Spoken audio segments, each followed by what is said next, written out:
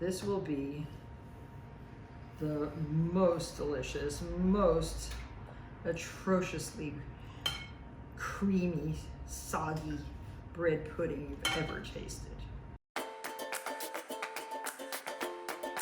Hi everybody, it is breakfast at Martha's. And this is one of my favorite things to make. I make it all the time. Actually, everybody loves eating bread pudding. And I vary the bread pudding in different ways by adding different kinds of fruit to it, dried fruit. Apricots, dried apricots are delicious. Today I'm using currants. I was making a lot of hot cross buns and I had some currants left over and I thought, ooh, currants and brioche. And this beautiful bread is homemade brioche that I made last week. And I posted the picture of it on the internet and everybody loved the brioche. But so here's how to make bread pudding. Simple steps. You don't have to use brioche. You can use plain old white bread. You can use leftover bread. You can use whole wheat bread if you like. But I find that the most delicate, most beautiful bread pudding is made from brioche. So take some butter. I have butter at room temperature in a bowl everywhere because I bake so much and it's so easy to spread if it is at room temperature. And butter generously, but not overly generously. A large, about a 2-inch deep casserole. I love these French pili vite baking dishes. I love the shape. I love the way they hold the food. I love the presentation. It looks pretty on any table. So it is a lovely, lovely casserole. Nicer than those glass square lasagna dishes, for example, just for a dessert. It's kind of pretty. Now, in a big bowl, now you're going to need a big bowl because we're going to have a little bit more than 1.5 cups of milk, 1.5 cups of heavy cream. Break, for this size loaf, I'm just eyeing it, but I think 5 eggs. So break 5 fresh eggs and discard the shells, of course, and don't get any shells in your, this is the custard base for the bread pudding.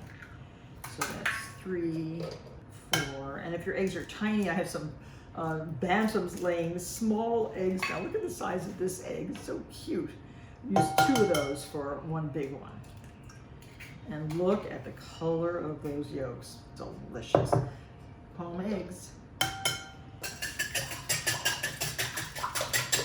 Now I forgot to get vanilla, so I'm going to use my favorite other flavoring, which is brandy. I use that in my French toast, but I also like to use it in my bread puddings. So here, just add a couple of tablespoons. 1, 2. That should do. And a couple of pinches of salt. That's good. And then, oh, don't forget, this is a dessert, so you can add sugar. And I'm going to add approximately, I say to this, probably, the brioche is already kind of sweet, so has sugar in it. So I'll add about 3/4 cup of sugar. And I keep my flours and sugars in big glass jars like this in my kitchen. It's so handy to scoop in, and up there on top of my cupboard I have lots more jars of stuff. So just add this in a stream to the eggs. This is already nice and thick, so it's like a custard base basically. And you can also access these recipes at Martha Stewart 48 and at Martha Stewart on Instagram. And now add your milk. About 1.5 cups of milk. So good. Whole milk. And I happen to have some heavy cream that had to be used up.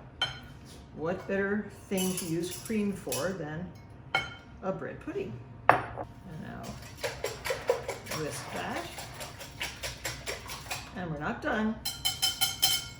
We still have, we can put that in this dish because it can drip in there. I want some grated lemon rind. Use the great grater, this beautiful grater. It just takes the yellow, flavorful part of the rind off the citrus fruit, or lemon. You could use a Meyer lemon, you could use a regular beautiful lemon. but boy, does that add a lot of flavor to your bread pudding. And remember, I said you could use different kinds of dried fruits. Last week I made a bread pudding using dried apricots and dried prunes. Really tasty. But today it's currants. See, it goes right into the bowl. Don't throw that away, that's your lemon. You can use that for your tea. And I've already started grating this orange, so I will finish, and then I'm going to use the juice of the orange in the custard also. And since I'm going to squeeze this, take as much of this gorgeous skin off as possible. And then on the farm here, we don't throw those rinds away. They go down to the chickens. The chickens peck at these and eat all that leftover rind and pulp, and oh, they have such a good time. And that's why their eggs are so yellow. Okay, now I'm going to cut this in half and squeeze it right into. Make it easier to squeeze with one of these fabulous squeezers. Cut the bulbous ends off. Oh, what a gorgeous orange this is. Look at that. That will give lots of juice.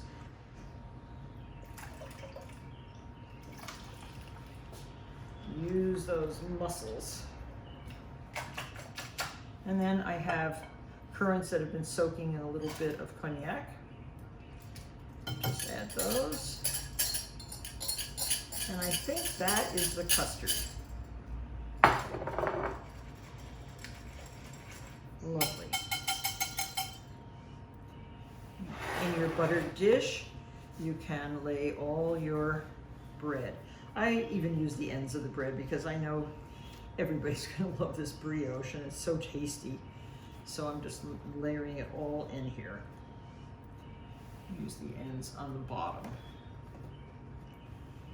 And as you layer, then you can pour some of this custard in the dish. You want everything soaked. If you can hear birds in the background, I also have a cage full of breeding red canaries right now. Everybody's singing happy, it's springtime. There. And now let's spoon that over. My favorite ladle, Martha label.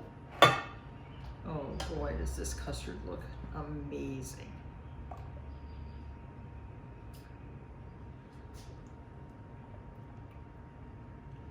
This will be the most delicious, most atrociously creamy, soggy bread pudding you've ever tasted. Spread those currants around. Okay, so keep shingling. Maybe make the top layer as beautiful as you can. I cut the bread in slices and then the slices in half. You can see how I cut that loaf. We're doing lots and lots of work here at the farm.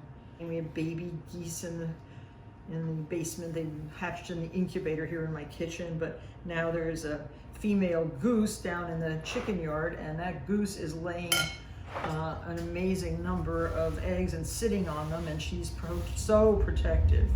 Now let me clean this up, and we'll pour the rest of the custard.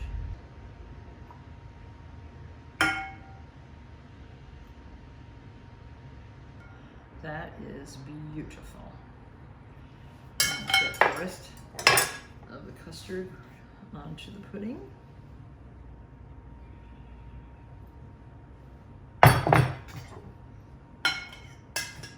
I don't like to waste even one little currant.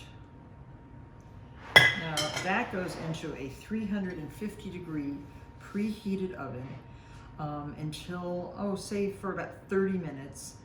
Cover it with a piece of parchment paper and continue to cook it until the custard is set. That'll take probably around 50 minutes. And make sure that there's no runny custard left in the casserole. And you will enjoy it warm, you'll enjoy it room temperature, or you'll enjoy it cold, but you'll enjoy it. Bread pudding.